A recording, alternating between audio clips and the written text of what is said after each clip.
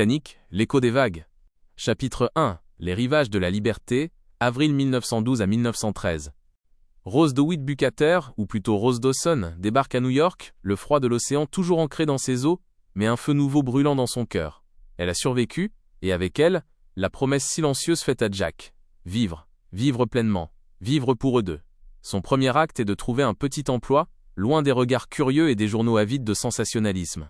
Elle refuse de se faire enregistrer sous son nom de famille, craignant d'être retrouvée par Cal ou sa mère, qui ne manquerait pas de la ramener à une vie qu'elle abhorre. Elle travaille comme vendeuse dans une mercerie modeste, puis comme assistante dans une petite galerie d'art, où sa passion pour la beauté et son œil aiguisé sont reconnus. Elle apprend à se débrouiller seule, à gérer un budget, à vivre sans domestique. C'est une révélation. Les cauchemars du Titanic la hantent, bien sûr, les cris, le froid, le visage de Jack disparaissant dans l'abîme. Mais chaque matin, elle se lève avec une détermination nouvelle, se rappelant sa force. Un an passe. Elle déménage dans un petit appartement qu'elle meuble avec des objets simples, mais qui ont chacun une histoire. Elle n'est pas riche, mais elle est libre. Elle écrit de longues lettres à une amie imaginaire, lui racontant sa vie, ses peurs, ses espoirs.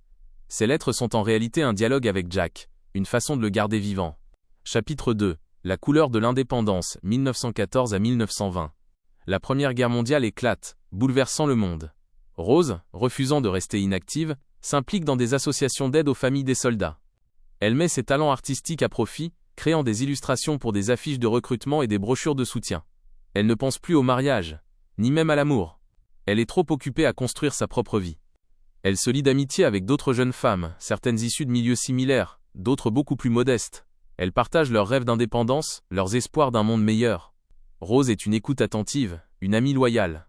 Elle apprend à rire à nouveau. Un rire franc et libérateur, loin des sourires forcés qu'elle affichait auparavant. C'est durant cette période qu'elle commence à peindre sérieusement. Au début, ce sont des paysages, puis des portraits de ses amis capturant leur force et leur résilience. Ses toiles sont vivantes, colorées, un reflet de son âme retrouvée. Elle expose dans de petites galeries locales, vendant quelques œuvres pour compléter ses revenus. Elle signe Rose D, gardant une part d'elle-même secrète. Chapitre 3. L'éclosion de l'artiste, 1920 à 1930. Les années folles apportent une effervescence nouvelle. Rose est immergée dans le monde de l'art new-yorkais. Elle continue de peindre, explorant de nouvelles techniques, s'inspirant des mouvements avant-gardistes. Ses œuvres sont de plus en plus audacieuses, mêlant réalisme et touches d'expressionnisme. Elle rencontre Thomas, un architecte visionnaire, lors d'une exposition. Il est intelligent, passionné par son travail et doté d'une profonde sensibilité. Il ne la questionne pas sur son passé, respectant son silence. Il est le premier homme depuis Jack à la voir vraiment, à apprécier son esprit et sa force autant que sa beauté.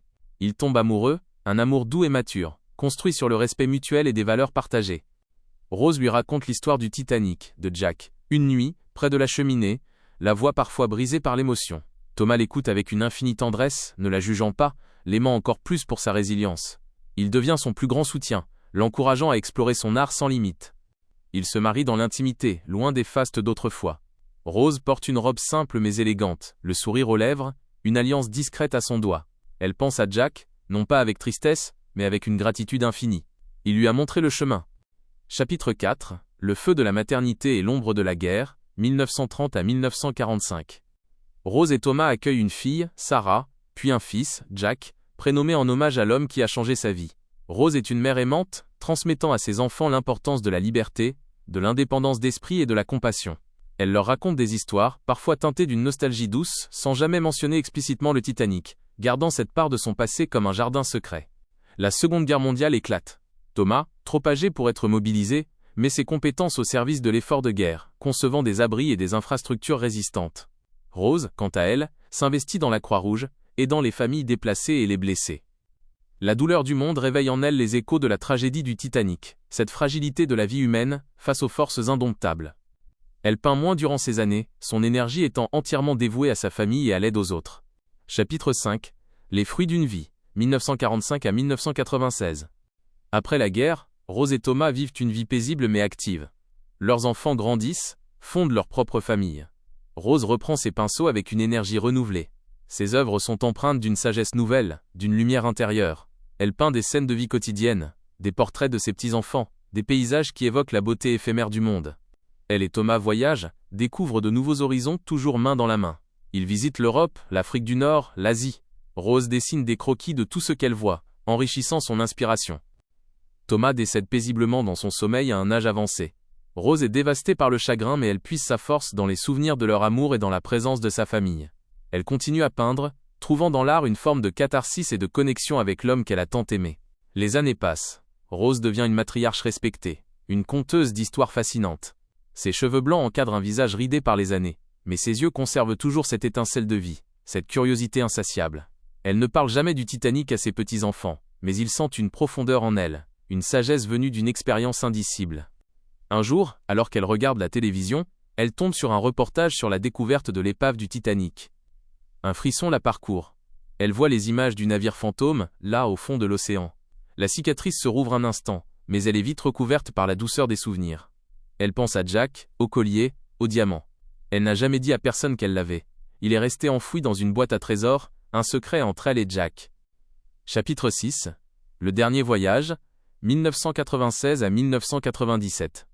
Rose, maintenant une femme de 101 ans, vit une vie sereine, entourée de l'amour de ses enfants, petits-enfants et arrière-petits-enfants. Sa mémoire est parfois vacillante, mais certains souvenirs restent gravés avec une clarté étonnante. Le visage de Jack, la sensation de ses mains, le froid de l'eau. Lorsque l'expédition de Brock Lovett est lancée pour retrouver le cœur de l'océan, Rose, alertée par un reportage télévisé, se sent étrangement attirée. L'image de sa jeunesse, le dessin d'elle nue par Jack, la montre avec le collier. Elle sait que c'est le moment. Le moment de rendre son dernier hommage, de clore ce chapitre. Elle voyage jusqu'au navire de Lovett, apportant avec elle une vie de souvenirs, une force silencieuse. Elle leur raconte son histoire, non pas pour l'argent ou la célébrité, mais pour honorer la mémoire de Jack et de tous ceux qui ont péri. Elle parle du bateau, des gens, de l'amour, de la perte, de la survie. Elle montre le dessin, mais pas le collier, pas encore. Après avoir partagé son histoire, Rose retourne dans sa cabine. Le soir venu, alors que le navire flotte au-dessus de l'épave du Titanic, elle s'approche de la rambarde. Elle sort le cœur de l'océan de sa poche. Le diamant brille sous la lumière de la lune. Elle le tient un instant, le poids du passé dans sa paume. Elle revoit Jack, son sourire, la promesse d'une vie. Avec un sourire apaisé, elle ouvre sa main et laisse tomber le collier dans les profondeurs de l'océan, le rendant à son véritable repos, près de l'homme qui l'a libéré. Épilogue, l'éternité, novembre 1997. Quelques jours plus tard, dans son sommeil, Rose s'éteint paisiblement. Son visage est serein, un léger sourire aux lèvres. Dans ses rêves, ou peut-être est-ce la réalité de l'au-delà, elle se retrouve sur le pont du Titanic, mais cette fois le navire est intact, baigné d'une lumière douce. Des couples dansent. Au fond, l'escalier majestueux. Jack l'attend en haut, souriant. Il tend la main. Rose monte les marches, ses pas légers. Son cœur rempli d'une joie infinie. Elle prend sa main. Ils se regardent, les yeux remplis d'un amour éternel. Et alors, sous les applaudissements silencieux de tous ceux qui ont péri avec le Titanic, Rose et Jack dansent, enfin réunis pour toujours. Leur histoire n'est pas celle d'une tragédie, mais celle d'un amour qui a transcendé la mort, un amour qui a donné à Rose la force de vivre. Le cœur de l'océan repose au fond de l'Atlantique, un témoin silencieux de cette histoire, tandis que l'esprit de Rose, libre et apaisé, a finalement trouvé son chemin vers son amour perdu.